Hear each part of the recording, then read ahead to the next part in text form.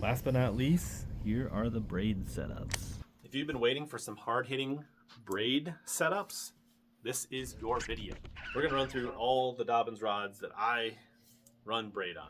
We're going to start out with one of my favorites, my frog rod, 735 XP Champion.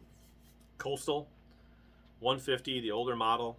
It looks absolutely stunning on this XP rod paired together. If you're new to the Dobyns rod methodology, modeling, 735, 7'3", 5 power.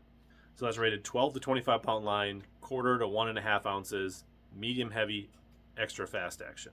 This is actually a super popular jig rod for a lot of anglers. And I definitely wouldn't mind throwing some fluorocarbon on this and flipping a jig or anything like that. Definitely would get the job done. For me, 99% of the time it's got braid on it and it's slinging a frog. This is definitely more my tactical and distance. Like this is my do-it-all frog rod. I will skip laydowns, skip under bushes, put it up tight places, little tiny weed mats, put it under docks, things like that. A lot of people love the 736, and the 736 is an absolutely phenomenal frog rod. But to me, it lacks a little bit of tip for that placement when I really want that precision frogging.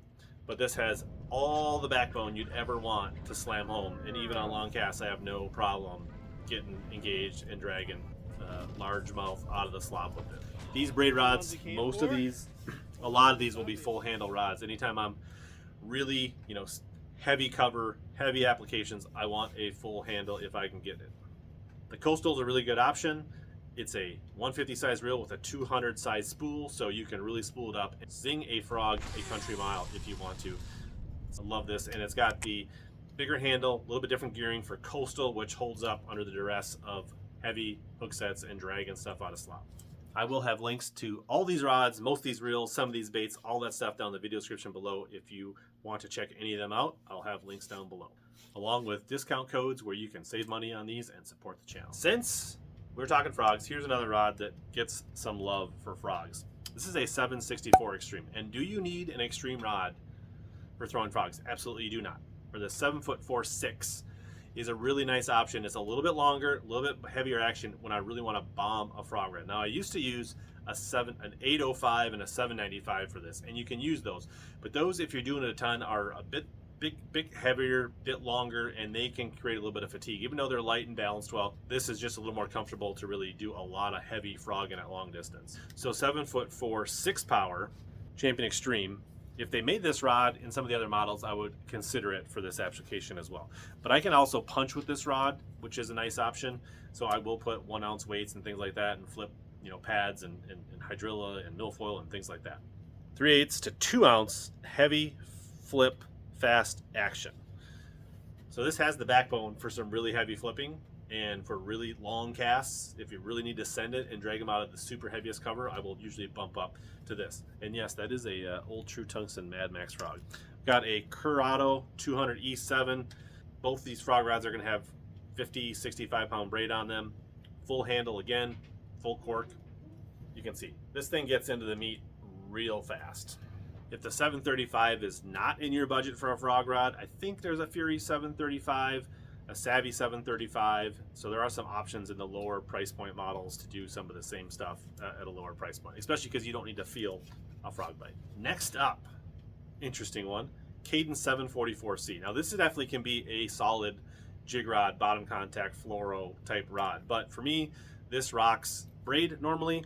This is for throwing really big, like this will throw ploppers, buzz baits, things like that. This was getting a lot of action down on Grand Lake throwing a buzz bait. So most of the time, I would say I'm gonna have a buzz bait on this. I will throw ploppers. I could throw some super spooks and bigger full-size Topwaters on this. 744 Caden is a 7'4" Caden, heavy, fast action, 10 to 20 pound line, quarter to 1 ounce. Got a standard Tatula CT on there, 7.3. Most of the time, this is gonna have like 40 to 50 pound braid on it. The Caden red styling pairs up really nice with that reel. It's got just enough tip to let them suck down that buzzbait on braid, but then plenty of backbone to get them out. But like I said before, this absolutely could be a bottom Texas rig jig rod as well, but that's not what I use it for. Along those same lines, here's the 735 Sierra, which I've done plenty of frogging with, and this definitely is an alternate frog rod for me. Here, it's got a full-size plopper on it. You can see the Arsenal lure wrap on there. I'll put a link down in the description if you need some good lure wraps that don't get tangled in baits. But there's a full-size loon plopper, 735 again, 7'3", 5 power, 12 to 25 pound line, quarter to ounce and a half, mag heavy, extra fast action. So this is really similar to the Champion XP 735, but being a Sierra, it does have a little bit more give at the top before it gets in the back end. So it is really nice for the big ploppers. You know, it could be a mag draft type rod. Smaller swim baits, things like that would definitely work on this. But I've definitely horsed some really nice fish out of some insanely heavy wild rice cover and things like that. So as a frog rod, this will get it done. Don't be fooled by the Sierra label. If you want a sub $200 rod that's an awesome frog rod with a good tip for skipping, this is a really good option. One thing to note is this only comes in a split grip. So some people like the split grip, some people don't, but in the Sierra you only have a split grip option. More Topwater here. You'll notice I'm a big braid for Topwater. I feel like if you have the right action rod with braid, you can kind of just pull into them and get really good hookups. And then if they miss the bait, you're only moving the bait a little bit. Whereas like mono, I feel like I have to set on a long, like I have to give it all the beans to hook up on a fish on a long cast. And then if they miss it, then that thing moves 10, 20 feet. You're not getting a backup bite. But I've had really good luck. I don't lose many fish. So this is a Fury 703 casting rod. The Furies come split grip cork here, and then you're going to get some foam back here. Cost savings that help keeps it down to that $120 price point. I've actually got the Dobyns casting reel here with the matching green in a 7-to-1. This thing actually casts a popper a freaking mile. This rod, it's almost hard to harness in how well these reels cast. Fine tuning them and getting them dialed in is tricky. Distance is no issue for these Dobyns reels, and at $100, pretty good option. You can catch them on sale. So this Dobyns Fury 703, for the most part, for me, is going to have a yellow magic popper or a small walking bait on it most of the time. You could definitely throw some of the like size, you know, below 90, you know, some of the smaller choppos would be a good option for this as well. Finesse buzz baits, things like that. Really good rod. This is going to have like 30, 40 pound braid on it most of the time. You can see there's an old school baby Reaction Innovations Vixen. 7 foot, 3 power, quarter to 3/4 ounce, medium heavy, fast action. 80% of the time it's got a yellow magic full-size popper on it. Definitely enough tip to throw these lighter top waters. It's got a soft enough action that I don't have a problem handling fish on braid. I don't really lose braid. I will fish a short mono leader on these, but that's more to keep the braid out of the treble hooks than it is any kind of shock leader. You know, an 8 to 10 to 12 inch, 15 to 20 pound mono leader typically on my, and that's, you're going to see that very consistent on my Topwater setups. This rod can be a nice little finesse jig rod, Texas rig rod, Senko rod as well. You know, put some fluoro or some mono on it. But to me, it's pretty much a dedicated Topwater rod. Next up, as a mostly dedicated Topwater rod, this is a Sierra 733C. I am going to typically have a full-size Vixen, Evergreen Shower Blow, something like that on there. 7-to-1 Tatula, CT, reel on it.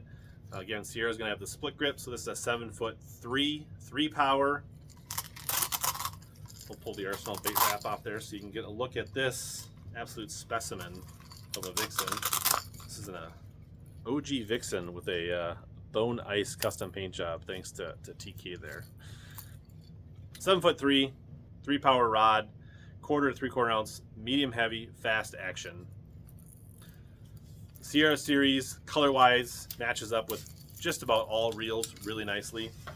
That kind of black and silver. It's not all that different than the Ecstasy. Good looking combo there, fairly light. I like the 7.3 for sending topwaters a long distance. Again, similar action that you saw in that 3-power Fury, where it's soft enough that I feel comfortable throwing braid with treble hooks. Small mono shock leader here, 17 pound, but that's more about the treble hooks than it is, you know, the shock leader factor. But that is my pretty much dedicated Vixen, Spook, shower blow type rod. You can throw smaller buzz baits on this. I mean, this would be a good rod for throwing 3.8 Kitex, throwing Texas rig Senkos, you know, Nico rigs, small Texas rigs, things like that. But for me, hooked up with braid, it's mostly a Topwater rod. If you watch my bottom contact rod, we talked about this 764 there. This is the XP 764. I ended up getting 2 of them. This is the one that rocks braid most of the time. The other one rocks fluorocarbon. So the braid setup is typically going to have like a Chopo or a plopper, a buzz toad. It will throw a frog if you need it to. I got an old Corrado 200 E7 on there, full cork handle, 7'6", 4-power, 10 to 20 pound, quarter to ounce and a half, heavy fast action rod.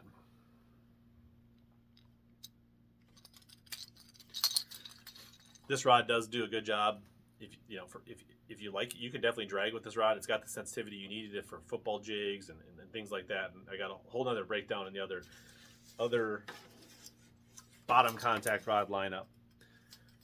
But the length is there to launch these big baits. It's got some tip, but it gets into the backbone pretty good. I really like this. It's got enough moderate action that I don't feel like I miss fish on buzz baits and Chopos and things like that. I feel like you don't need a ton of moderate action on a Chopo, whopper, plopper. Like, they lock up on those hooks and you can kind of drag them in. I'll throw smaller swim baits on this. Pretty versatile rod to have in your arsenal to do a lot of things. Back to the beef here. So this is my main punching setup. This is a Dobyns Extreme 795.